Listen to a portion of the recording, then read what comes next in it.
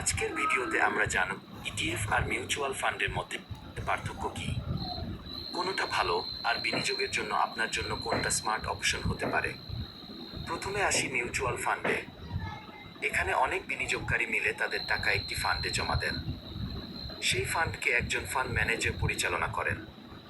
তিনি আপনার হয়ে স্টক, বন্ড বা অন্য জায়গায় বিনিয়োগ করে দেন। এর সুবিধা হলো আপনাকে আলাদা করে কিছু জানার দরকার নেই। একসাথে অনেক জায়গায় টাকা ছড়িয়ে যাওয়ায় ঝুঁকি কমে যায়। তবে অসুবিধাও আছে। ফান্ড ম্যানেজারের জন্য আপনাকে ম্যানেজমেন্ট ফি দিতে হয়। সরাসরি মার্কেটে কেনাবেচা করা যায় না, দিনে একবারই নেভ নির্ধারিত হয়।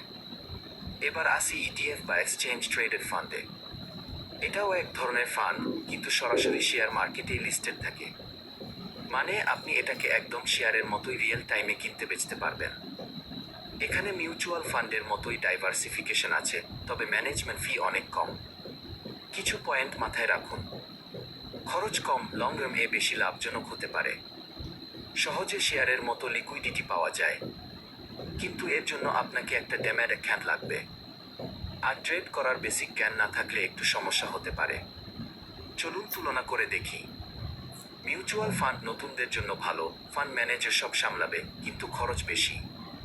ইটিএফ খরচ কম, শেয়ারের মতো ট্রেড হয়, তবে নিজেকে মার্কেট বুঝতে হবে। তাহলে কোনটা বেছে নেবেন? একেবারে নতুন হলে শুরু করুন মিউচুয়াল ফান্ড দিয়ে। কিন্তু যদি শেয়ার মার্কেট সম্পর্কে ধারণা থাকে, তাহলে ইটিএফ হতে পারে স্মার্ট চয়েস। মনে রাখবেন, বিনিয়োগের আগে সবসময় নিজের লক্ষ্য আর ঝুঁকি ভেবে সিদ্ধান্ত নিন। এখন বলুন তো, আপনার পছন্দ কোনটা? কমেন্টে লিখে জানাতে ভুলবেন না। ইটিএফ বনাম মিউচুয়াল ফান্ড, স্মার্ট ইনভেস্টিং শুরু করুন আজই।